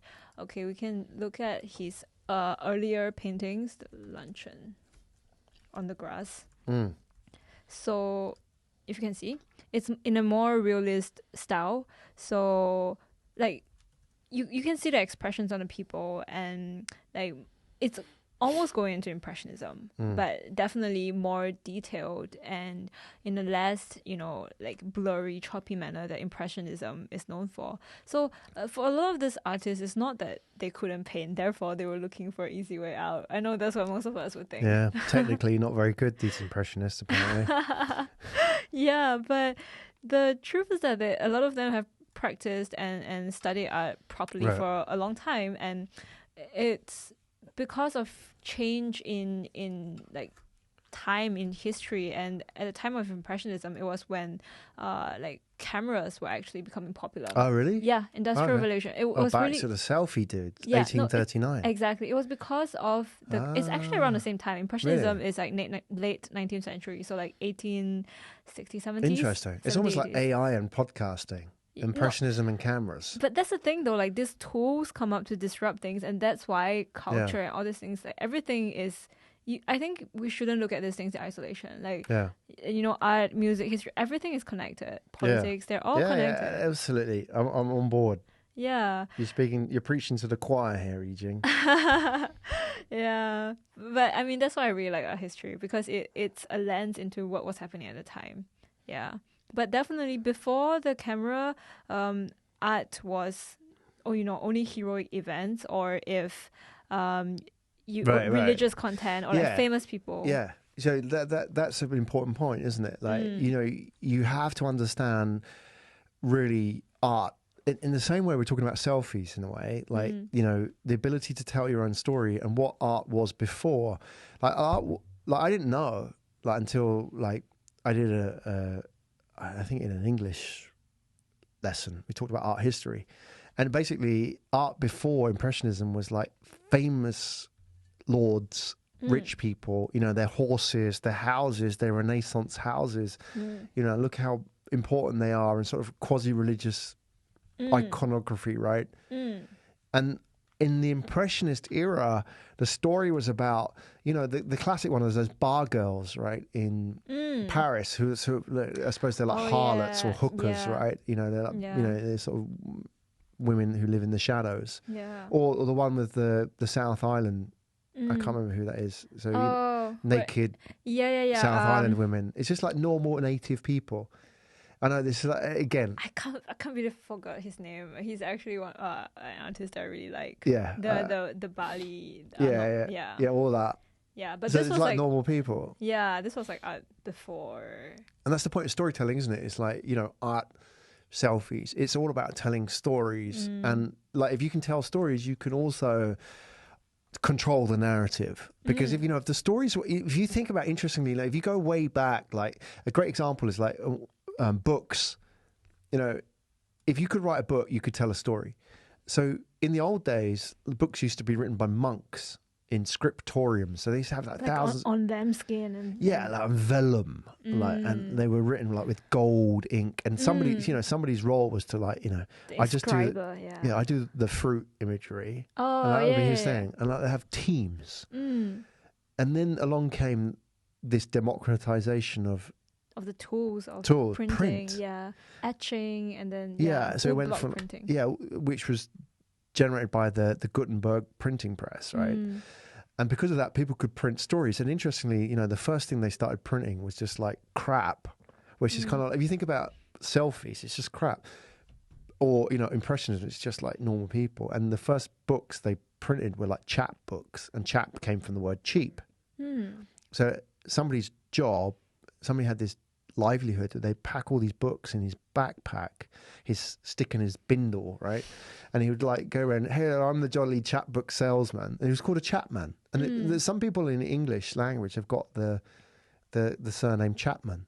Oh, okay. Right, and that's because they were a chapbook seller, and they would go from town to town. So they would like, they would arrive in the town, the village, with their chapbooks, and they would sell these books for a penny to the local people. Local people could actually read, right? And then they would get like maybe free lodging on the floor, right? And then they would go and like distribute their books in another village. And that was sort of like the beginning of social media, because people would gather around. Because the stories they told were not about rich, famous people. The first chapbooks were like, Reynard the Fox or the Green Man and all these kind of like, really local folk tales. I've seen that in the 80s in China, that there will be just people who go around, similar to the Chapman. Yeah. They bring the books or like comics, because some people were illiterate, bring the comics around and have like a tea, like a teapot, and then they just bring a few stools and people like gather around, pay a small amount, and they read the comics and drink tea, and everyone just gather when That's cool. When the comics person come. The comics, it's kind of the same, right? Yeah, especially in that era, I suppose, in the 80s, right? That's pretty cool. I want you. Can you have a look at this image? I want to. It's George Seurat's Seurat. A Sunday on the Lagrange. Yep. You know that one? I do. Jat. I studied my art history. All right. Can you just get this one up on the screen? And the reason why we're talking about Impressionism, and there's like a story about this story, right? Again, so this is like, I don't know if these are normal people, but these are just people just doing normal stuff. So they're not sort of parading their horses, and they're picnicking in Paris, right? And they're not sort of like boasting of their just chilling. They're just like hanging out. Yeah. They're just like on a boat or with dogs or like picking flowers like that girl. But there's something really interesting about this, right? If you look at the middle of this, there's a woman who has like a red umbrella. You see her, in the tall, thin woman in the middle. And on her left is this girl in little white. You see that girl? Who's like 4 years old. Now, this image is in the Chicago Museum of Modern Art, right? The painting? So this painting is found in the Chicago Museum of Modern Art. And the reason why I say that is that in the movie Ferris Bueller's Day Off, right? I don't know that movie. Yeah, you got to watch. You got to watch this movie. It's a classic. It's a classic 80s movie. So if you're into like classics, because it's before your time. So in the movie Ferris Bueller's Day Off, there's a scene which is a really beautiful scene. Was it a recreation of this? No, the whole story of Ferris Bueller's Day Off is that basically it's not about a teen flick. Everybody thinks it's a teen flick, right? It's not. It's about somebody who convinces somebody to like have a day off and enjoy their life. Right, and it's kind of cool because he says, like, he starts the movie and he ends the movie with this line. He goes, "Life moves pretty fast. If you don't stop to look around once in a while, you'll miss it." And it's quite profound if you think about it for a teen flick, saying something like that. And the protagonist, like in the story, there's always a protagonist and there's always an antagonist, right? So the protagonist in this story is not actually Ferris Bueller, who's like this ultra cool kid who can do everything. He can hack the school computers and he can, like, everybody loves him. The actual protagonist is his mate, Cameron, who's like the dorky kid who's got the dad who like kind of bullies him a little bit. And like he's a bit sort of, oppressed by his dad. But he's like, the hero is Cameron, because we identify with Cameron rather than this sort of like mythical figure like Ferris Bueller, right? And he's kind of like, if you think about all the sort of hero narratives, you have these kind of mythical figures, but the actual hero is this mortal. And Cameron's the mortal. And the interesting thing about it is there's this scene where they take this day off and they steal Cameron's dad's Ferrari 350 GT Californian, this red Ferrari, and they go for a spin in it. And then they think, we're going to go for lunch. And they go to this restaurant where all the adults hang out. But by the way, they're high school kids, right? And there's a great scene in it where he's like, the teacher is like calling out the names of all the kids in the class and like the roll call. And he goes like, Bueller, Bueller, Bueller. And the scene goes on for scenes forever, but the director just captured that moment of boredom of kids. They're all kind of looking like eyes rolling. So this scene anyway, they go to the Chicago of Modern Art, and like John Hughes, the storyteller, the director, who also directed The Breakfast Club, Pretty in Pink, and all these kind of 80 teen flicks. And he just did this masterful scene in the Museum of Modern Art. Because, like, why would you do a teen flick and take them to an art museum? It's not like they would be not very exciting. Yeah. Yeah, but they create this beautiful scene where they actually, what happens is like Cameron, Ferris, and Ferris's girlfriend, they all sort of looking around, and there's a Rodin, and they're sort of like mocking the Rodin sculpture and so on. And then, Cameron and his girlfriend go away. No, sorry. Ferris and his girlfriend go away, and there's a cut scene where they're just sort of talking about what they're going to do after college, and they're sort of falling in love. And then Cameron's left behind on his own. Like, he's never, ever seen art. And he's in this art museum, and he's never, ever thought about his life or never ever thought about himself, because he's always been the product of his dad and his dad's expectations. And here he is taking the day off for the first time, and he stands in front of the La Grande Jette by Georges Seurat, and there's this masterful scene where he's looking at that picture that you see right there, and what happens is this music's playing, which is like the Smiths. I can't ever get what I want, wherever it is, and I can't remember that. Doesn't matter. Please, let me get what I want, right? And he's staring at that girl in the middle of the photo, and it starts with just this stare, and then like it zooms in, and it gets bigger and bigger and bigger and bigger, and at the end of the scene, it's just this huge blow up image of this girl's face, and she doesn't have a face. And he's looking at it, he completely identifies with her. And at that scene, he realizes like he's completely lost his identity. Oh my God. That's really harrowing. It's a great scene. You got to see it. And just that scene alone, I mean, you can Google it and like watch it another time. But it's just like, it's a teen flick. But it's so, to me, that was so masterful as a way of telling a story that he just like, he could have done it so many different ways, but the way he did it there with like art and identity and storytelling was just like, yeah, you got it. Wow. So anyway, that's Impressionism. We go off tangent. We did, but I had to tell. That wasn't actually on the notes, that one, but yeah. Was it? Okay. It wasn't. Oh, it wasn't. No, but I mean, that's the beauty of it, right? It kind of reminds you of other things. And I mean, the good thing about when a good story comes out, it's when you're really passionate about telling it. Yeah. And those are a lot of times like spur of the moment. It just reminds you of this thing. You're like, damn it, I need to tell this story right now. Well, isn't it when you try and remember something and you can tell a story, and if you remember the story, it always comes out right every time, because there's always like, everything's in place. There's a narrative arc. You know, it starts, there's a middle, there's an end. So it's actually quite easy to tell. So when you tell a story, you know where it's going. Whereas if you're just trying to relay bullet points, it's a lot harder. I don't know what should be in here and what shouldn't be. If I tell the story about, Little Red Riding Hood, I haven't actually heard it for like 40 years, but I could probably tell a good version of it. How?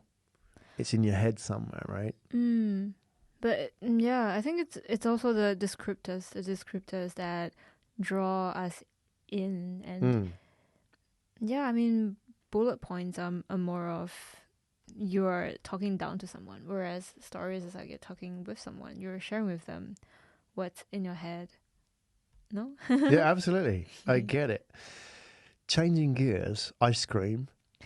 Yeah, man, we're gonna talk about the ice cream that we said we will talk about. Storytelling is like mind hacks, right? Like you can bend reality with storytelling. So a great example is Haagen-Dazs. Like, I'll put it out there. I don't know if anybody knows, like, who's listening, that where the hell does Haagen-Dazs come from? Like, what language is that? Yeah, man. What does it sound like to you? It definitely sounds like some like Nordic or European language that I don't know. A place that creates ice cream, right? And he's been doing it for like Possibly. this family, the Dazs family. Oh yeah, So I can see that. There's this Dazs family who are from like northern Belgium, and like they've been manufacturing or creating handcrafting artisan ice cream for generations, and they're using like locally sourced milk and a technique which Free like range. Grandma Dazs has handed down, right? So all of that organic, free range, grass fed cows. That's kind of the image, right? Yep. And like, they've just been doing this because actually they didn't do it as a business. They just did it because they loved it and the local people loved it. And then, maybe these sort of smart marketing guys came along and thought, actually, wow, we found something here. Let's export it to the world. You've got the secret recipe, like the recipe of Coke, the Haagen-Dazs recipe. That's the image, right? However, the reality is... The reality is... What? Are you going to say it? No, okay. you do it. Okay. That it's American. It's American. But And it's not only American, it's born in the Bronx, okay? It's in the Bronx. Born in the Bronx? Is it really? Yeah.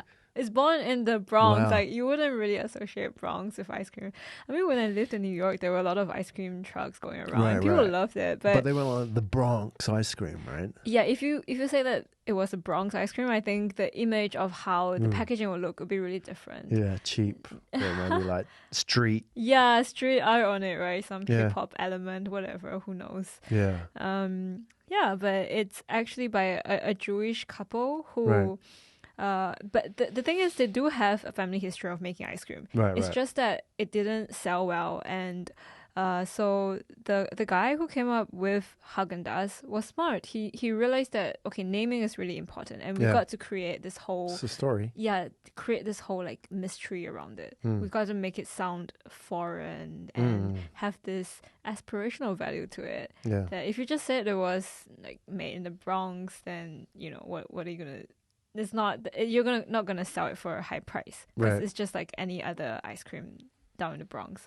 So they were really smart. So apparently they were really drawn to the Danish language because they're of Jewish descent, Right. and Denmark was one of the only country that was helping the Jews during the time of during the Holocaust. Right. So they picked some words that sounded Danish, but Ah. there goes Haagen-Dazs, Right. which means nothing. Means nothing. It's not actually from any language. No, I don't even know if it's really Danish per se, but it doesn't No, mean no, anything. I was reading Haagen-Dazs is actually from no language whatsoever. I mean, it sounds Danish, but yeah, isn't actually so-called. any word. It doesn't matter. That's masterful. yeah. That has tricked everybody forever. Mm-hmm. And like, actually, even if you know it, it doesn't really change anything, right? I It think, doesn't. You still feel, yeah. but if you didn't know it, you want to buy into it even more because like in China and Japan, Haagen-Dazs are considered quite like luxury ice creams. Right. Yeah. Yeah, I mean, sure, that everywhere, I think. I mean, compared to like, Nestle. I mean, Nestle own them, right? So, yeah, I mean, we've been, I don't know, tricked for a long time, but I think it's a fantastic bit of storytelling. That's what it's about. I mean, we talk a lot about storytelling. We do like storytelling workshops. And the podcast is about storytelling. It's about creation of value. And I think people don't get that. They think like, storytelling, marketing is about selling value, whereas actually storytelling is about creating value. Like, because without the story, there's nothing. And, a great example of that is that maybe we can have a look at this one is that should we have a look at Lakpa Sherpa? Oh yeah. Can we get that one up? I think that's a great example of. image? Is Yeah, the like image if you click on that Outside magazine link, we can have a look at this. So I think this is like incredible. So this woman's got 3 incredible things about her story, and Eugenia's just going to fire up the image. So maybe we can just have a look at that. So this is Lakpa Sherpa, right? And if you look at her image, what's kind of interesting, she firstly, a bit of background to her. She's a single mom, 3 kids living in America. And she's from, you can tell from her dress, she's from a part of the world. She's from Tibet, Nepal, or, maybe Bhutan. And the name obviously gives it away. But what's incredible about her story is firstly, the first incredible fact about her story is she's climbed Mount Everest. I know in the context of going to the moon, it's no big deal now. But still, you think of the Yeah. Physical and mental achievement of getting to the top of Mount Everest. So many people die for that. Yeah, exactly. A lot of people fail. And the second incredible fact about Lakpa Sherpa is that she holds the world record, Guinness World Record for the most summits. So she's actually not just been to Everest once, but 9 times, guiding people to the top, which is actually a lot harder because if you're going to the top on in an expedition, it's one person you're looking after. If you're guiding, you're looking after 10 people. So she's been to the top 9 times, which is phenomenal. She's a Guinness World Record holder for the woman with the most ascents ever. Yeah. The most incredible, the third fact about her story, it gets better. Well, I don't know if it gets better, but she's world record holder. She's been to Everest 9 times, top of Everest 9 times. And she works as a dishwasher at Whole Foods Market. And I'm just like, what? How? That doesn't make sense. She doesn't just work as a dishwasher at Whole Foods Market, but she also works in 7-Eleven in the evening. Can you imagine that? You walk into a 7-Eleven, you buy your bento, and the person serving you has climbed Everest 9 times. This single mum, right? And you would never know. What like about the other people who climb Mount Everest? Well, so the point being is that it's not about your achievement. So you may have some great achievements in your industry. You may have climbed Everest. You may have, in the context of your industry, you may be a world record holder in your industry. Your achievements don't speak for themselves. And yet, Bear Grylls, do you know Bear Grylls? Is he a famous speaker or something? He's a famous survival dude. Oh, okay. So Bear Grylls is famous for eating elephant dung and stuff like that. Surviving out there. He's a survivor. He's climbed Everest once. And he brags about it. and he's still telling the story. So Lakpa Sherpa here has climbed Everest 9 times, and she earns under $30,000 a year supporting a family of 3. Yeah, it's like I don't know, her story is just not out there, right? She's not telling it. Yeah. Bear Grylls charges for one speaking gig, 1 hour, 45 minutes, sorry, not 1 hour, $30,000. Okay, what the heck? That's like how much she earns in a year. Yeah. How about that? Yeah. So, when people say, why do I need to tell a story? There you go. Because your achievements don't speak for themselves. And here's a great example. Maybe she's just not trained. Maybe she doesn't know how to. Maybe she doesn't think she needs to. But with the most incredible achievements ever, she's scraping by. How? It's not right. It's not fair, right? And it's not certainly what she deserves. And yet Bear Grylls, good on him. His net worth is $20 million. I saw him with Barack Obama and Modi from India, and it's just because he can tell a story. He's climbed Everest once. Yeah. Wow. I don't know, man. That says so much about us as well, the people who consume the stories. And right. Yeah. But doesn't it say that unless you tell a story, I don't get it. We don't understand what you've done. And I think people think they make stuff, or they start a business, or they do things, and they think it's enough. But you have to package it, right? Right, I get what you mean. No, it's normal though. I think for a lot of people who really want to solve a problem or build something, they're so focused. They see their mission as the person who makes this amazing thing, which is great. But unless you tell it to the world, nobody is going to know that this thing is amazing, or how it can change lives or anything.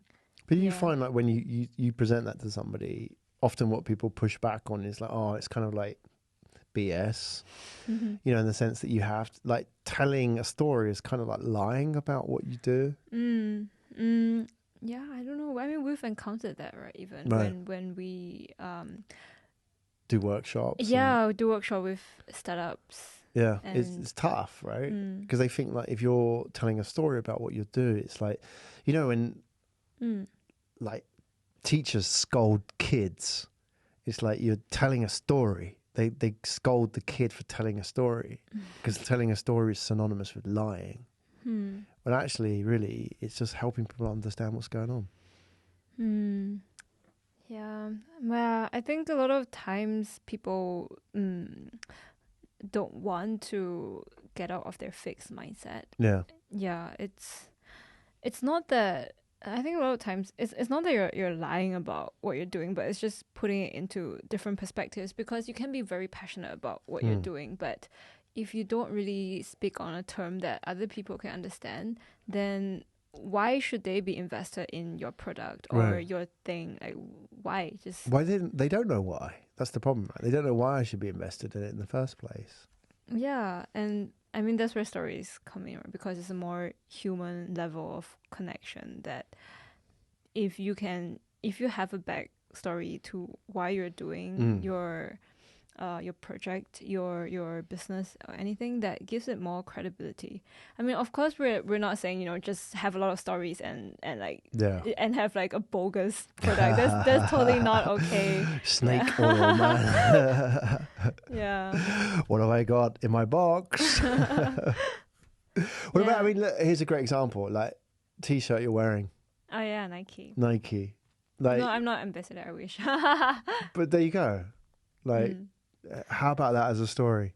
Yeah, I mean, it's a great story, Nike. If you think about it's great branding, honestly. Yeah, I mean, that's what it is, story, right? If you think about what did Nike, Phil Knight, and all that stand for, and even like down to like Michael Jordan. And at the end of the day, it's just a t-shirt, right? So why a Nike t-shirt and not just a regular yellow t-shirt? Right. And what was the difference in price between a regular t-shirt and a Nike t-shirt? Factor of what? Wow, could be like 10. Yeah. Honestly, really? It depends. I mean, well, you paid like but this was thrifted, so but it could. What would that cost in the high street? $50? If it was high street, I think easily 80. $80? Yeah, because the people who sold the garment are fairly paid and everything. There you go. It's a story, right? Yeah. Well, it was just like a plain yellow tee would be like $5. But designer t-shirts actually cost about 200 USD. Right. Yeah. Whereas like I don't know, cheap Walmart t-shirts like $5 or But they cost the same to make, right? I don't know. Of course they do, right? Making, of course, there's difference in material, like, but the markup mostly comes from the brand. Yeah, like, obviously. All of it. It's the same. Yeah, I mean they can tell you that they pay fair wages to make you feel that it's worth your money. Yeah. Yeah. Like fair trade, but that I think is a great example. Like that people are willing to spend more money for the same product. No, absolutely. But it's not the same product. It's the story that they buy, right? Because when you wear that, you're saying something about yourself, right? You're saying maybe you're slightly sporty. Yeah, no, I mean, that's what fashion is, right? It's like what tribe are you in, and what it says. What tribe are you in with that about t-shirt? You.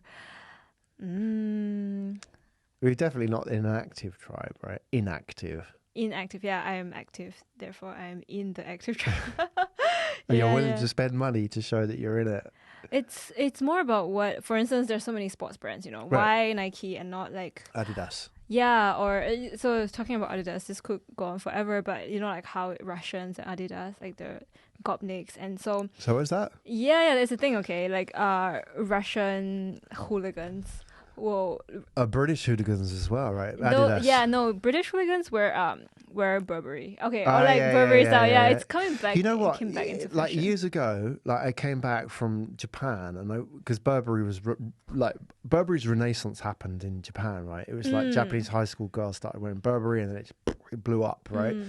I went back to the UK wearing a Burberry scarf, right? It was cold. I walked into a bar, and the guy behind the bar pointed at me and he said, "Look," and it pointed up there, and I looked and it was a sign. It says, "Anybody wearing Burberry will not be served in this bar." Why? Oh, because of like all the it had a bad rap for a while. Because I was like a hooligan. What? Yeah. What, are you serious? It's like, yeah. Okay, go on. Tell us the story about hooligans. But in Russia, there's this. So the Russian hooligans are called Gopniks, and honestly, they're a meme, right? They've been a meme. They've become a meme.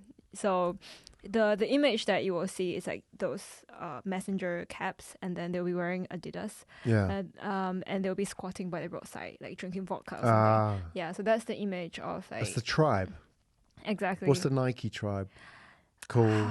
Nike tribe. I don't know, man, but I mean, Nike spends a lot of money just on inclusivity and diversity and on the whole brand image of that. You know, it's cool to wear a Nike t-shirt as compared to just a t-shirt. I can just wear a whatever t-shirt to exercise. But yeah, maybe the whole link between the brand to the athletes and what they can achieve. Right. That's what they want people to think, right? Yeah. That you're part of that dream. As if you can run better with Nike shoes or something. Yeah. I suppose that's the obvious, you know, the fact that that's the features rather than the story. You're part of this bigger thing. Yeah.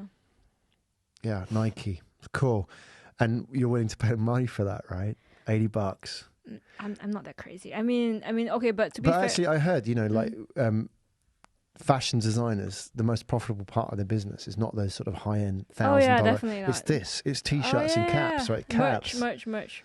Yeah, you know, like I went to Formula One the other day here in Singapore. Blimey. These guys are raking it because, you know, there's a merch stand, and like my son, obviously he's 13 years old. He doesn't have a lot of money, but he has, like, you know, Christmas money, birthday money. Right, I'm going to the merch stand, and they're all queuing up. They're all kids, and they're buying, like, you know, he bought like a Toro Rosso, so Red Bull, you know, the Italian one. Yeah. Toro Rosso shirt. Oh, he bought like I think a Ferrari cap as well. Those are like $100 each. Yep. Same with all the football clubs and like, love it. Insane. Yep. Great storytelling. There you go, folks. That's the point. I mean, going back to these guys, that's what it's all about, isn't it? So we've had quite a long walk through storytelling today, Yijing. You think man. Where did we go? We started off of talking about Apollo 12 because it was Apollo 12 launched on this day. I feel like we've actually landed on the moon today. We've gone that far. Apollo 12, Marie Antoinette, Moby Dick. I didn't think we talked enough about Moby Dick. Or would you another time. I wanted to tell the story. Do we have time about the fishermen that ate each other? Oh, cannibalism. Yeah, because it was apparently Moby Dick was inspired by a whaling ship that got eaten by a sperm whale, and apparently they went adrift and then they had to eat each other. Lots of stories in there. All right, I got it. I got the message. Right. That's cool. We're rounding up here. So this has been the Jamcast from the Pikkal team. Yay! Our first live broadcast here on LinkedIn. Thanks everybody for sticking around and enjoying the stories. You know, if you enjoyed the Jamcast, we're back every Thursday at this time. We're talking about stories. Before we rush off, let's talk about what's coming up in the coming weeks, because I think you're going to love. Yep, I'm really excited for the next episode. Episode 2, we're going to talk about workflow. Less work, more flow. How do you become a good storyteller? Episode 3, we won't go any further than episode 3, because we'll keep it a secret. But if you're into brain science, episode 3 is all about the neuropsychology of storytelling. So the nuts and bolts of the stories. So we're signing out here on a Thursday evening from Singapore from the Pikkal studio. This is the Jamcast. My name's Graham Brown. Yijing's been at the wheels of steel today, like making sure it all works fine. Yijing, you've done a great job. Thank you. And then we'll be back next Thursday. Thank you, everybody, for your comments. Thank you all for your likes. Yeah, submit your stories, man. Submit your stories. Tell us your stories. Please share. I love the one about the Starbucks and the aprons. I didn't know that. That was awesome. Gani Kunto. Gani Kunto wins Story of the Week. What should we have for Story of the Week? We'll think about it. Some award system, you know? Award. Yep. Some bragging rights for being Story of the Week. That was it. Awesome. Thanks, everybody. Keep telling stories. Keep the faith. We will be back here on LinkedIn next week. Same time, same place. See you then. Bye. Bye-bye.